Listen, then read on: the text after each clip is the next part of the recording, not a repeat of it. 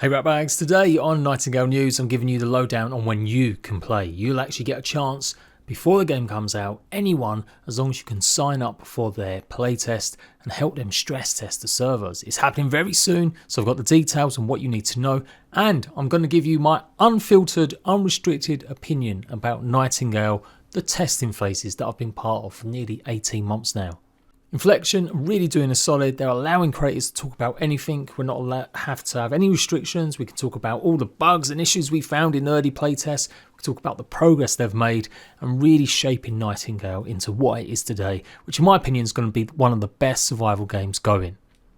This channel is absolutely going to be taken over by Nightingale for a long period of time. One of my most hyped survival games that I've been covering for years now. And I can't wait to give you all the content that I usually do and more. So make sure you're subscribed and let's get into everything you need to know about this upcoming stress test. So Nightingale are doing a very limited stress test. It's not going to be for days, literally only a matter of hours. But the good news is they're going to put you in an advanced set of gear past the tutorial.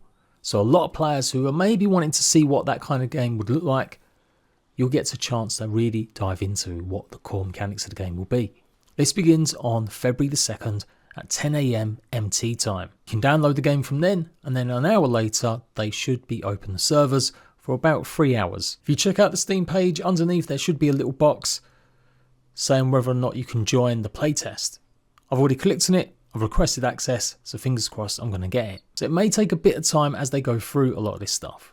So don't panic if you don't get given access straight away at 10 AM. Looks like they will take a bit of time going through the different waves of people that requested it. It's going to be randomly selected as well, so it's not about who signed up for it first. Obviously it is a stress test. Things may not work that correctly. It may take a while to get into servers depending on how busy it is. They may spin up more servers, etc. They've said that you should absolutely download the game as soon as it's able to be going live, but you won't be able to load into the realm until they actually start at 11 AM. So you will have a tailored version of Nightingale's early game experience, skipping tutorial content, and you'll have upgraded tools and gear as recipes unlocked. I reckon this is about what you'd expect 10 hours into the game. You'll be able to join with other players and explore together with your friends in the realms. It is obviously going to be different from what you'll encounter when you go into Nightingale on its release date on February the 22nd, and there's no hard build limits on the build, so anyone in the realms can play as long as the servers are online and functional. You should get an email from Steam letting you know that you have been enabled to play, and just keep checking after 10 AM Mountain Time on February the 2nd. They're going to be updated on the official Discord any problems or issues with the playtest, so you might want to join to make sure you're keeping up to date with that. And of course, your character will not transfer from the stress test to the full launch. You will be able to stream this, so expect me to be doing this pretty much for the whole time. I'll be going live and giving you my live opinions. Obviously, I'm about to do that anyway in this video too, but it'd be nice to see what this kind of functional build will be like, if it's any different from the ones that I've played over the last few months. But if you have taken part in any previous playtests, you're still not able to talk about any of that stuff. You're only allowed to talk about what you find within this stress test. So that's pretty good. I really love this. So many survival games launch without really testing their servers. It's great to see Nightingale really backing it up. And so on to my thoughts and opinions about Nightingale. I have been playtesting this for 18 months. I've pretty much been there for nearly every single one of the tests that they allowed me and a bunch of other select curators and community members to try, alongside the bigger playtesting that they had with other people. I've been able to give feedback to the developers along the process and help them refine the experience of Nightingale. I hope some of my feedback's been good. Bottom line, is Nightingale going to be worth your time as a survival fan when it releases on the 22nd of February? Absolutely 100%.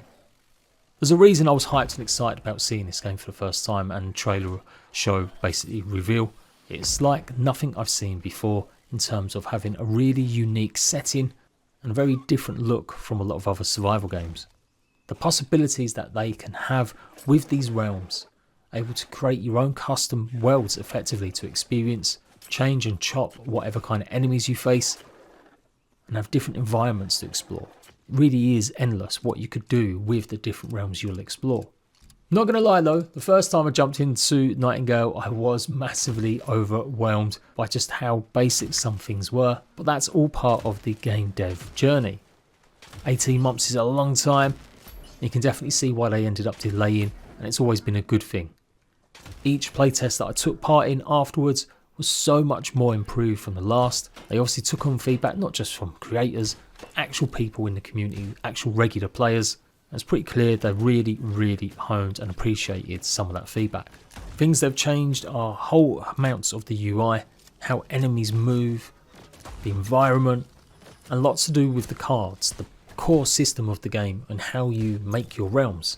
At times it felt a bit overwhelming with too many complicated sort of ideas behind it, but I've slimmed it down now to these major biome cards that you'll curate your realms with, giving you the environment, giving you then the enemies or the challenge. And then now they've added these minor cards that we can activate. And these minor cards can be activated at any time. So you can chop and change your world on the fly without having to go to another world completely. There's some really other cool stuff they're doing with the home realm system. Some people are really cottoned on to this idea that every survival game has to be like Ark or DayZ, where it's a set world and 70 people can go and join it. But there are so many games and there's so many people that don't like playing like that. What they do want to do is have a map that they can play and their friends can come and join. That's co-op, we've had that for years. Nightingale does obviously what a few other games have done now, having it as a shared world that you can keep on effectively. If your friends make your home realm their home realm, you can effectively play on that map when your friend isn't. So even if they started the map and it's their map, you can jump on and do some farming, build some building up, or go and do some quests. It's such a great feature. I think this is the future for games like these. I don't believe necessarily games always have to have large servers. There is a difference between MMO and survival open world, and this is it. This is what I think is working out very well. Now of course you can still have your realms as public and players will be able to go ahead and join. You'll be able to go through lists and choose, and I'm sure in the future they may work on dedicated servers and stuff. I think that's the plan. But to me this is absolutely a key feature and it makes me want to play more and more. The combat has improved greatly, being able to see the progress that's made as well. And now starting to see more glimpses of the magic, or at least in the enchanting of your weapons, the variety of enemies and the creatures, wildlife and stuff. It is just huge. What I haven't yet really experienced is what might happen when your base maybe potentially gets raided. It's shown off a lot in the trailers that the Bound are basically attacking this fortress. I can't sit here and say I've had that happen to me or I got that far in it to really experience their mechanics if that's going to be something that happens. But it makes it part of the fun in finding out over the next few weeks, hopefully, once the game launches. From a personal point of view, as being a controller scrub, they still need a bit of work done on that aspect. But of course, it is launching on PC, so that's always going to be a secondary concern. Other stuff like the music and the ambience is really top notch. They've got NPCs that were kind of a little bit weak sauce in the beginning stages, and it looks like they're going to be something that they refine over time, so that they can accompany you more, do more actions, and become basically useful. But there's no better current world that I have seen where I really want to explore every kind of realm, really dedicate my channel to for a good long time as well. This is the game that's going to be like the priority focus for a good while here. The devs have kind of done everything in the right stages. They've thought about stress testing, they've thought about getting feedback, they've delayed when they realised the game just wasn't up to scratch. I have to see how it goes with any kind of implementation of battle passes or skins. I do know they do have some plans for monetization, which is okay, letting people know up in front, and they've done that in the past, rather than maybe changing it halfway through development. But overall, Nightingale is going to fill that void for me. It's got fantastic building features with so many different build sets, so many decorations. It is grindy as you would expect most survival games to be, and that's where I'm hoping a lot more of the followers, they'll be able to help you in the future. It is borrowing heavily from other games sometimes. You can see the influence of games like Ark or Conan or even Sons of the Forest. It is melding it into its own feature. I've yet to experience any of the late game stuff though, things like the strikes that they've kind of had in the game or they've got in the game. Nor have I ever got to their hub world. I can't remember if they've ever actually had it available for us to show, where you can see other players as part of the watch. This is like the sort of mid to late game areas that you'll explore, where you take on more adventures that might be a bit more public. Like I said, just like strikes maybe in Destiny, that's the thinking behind them, I do believe. So lots and lots to cover, lots to do. And yes, I'm going to be all over it. So February the 2nd, yes, I'll be here to showcase this stress test.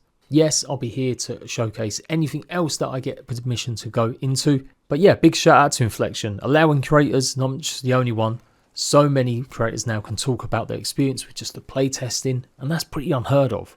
So very excited about Nightingale. It is absolutely right now going to be my game of the year based on its release. I don't think there's too many other games that are really approaching it. So yeah, I'll be all over it once it launches on Steam and Epic. And fingers crossed, we'll hear some news in the future about it coming to console. Till then, ratbags, laters.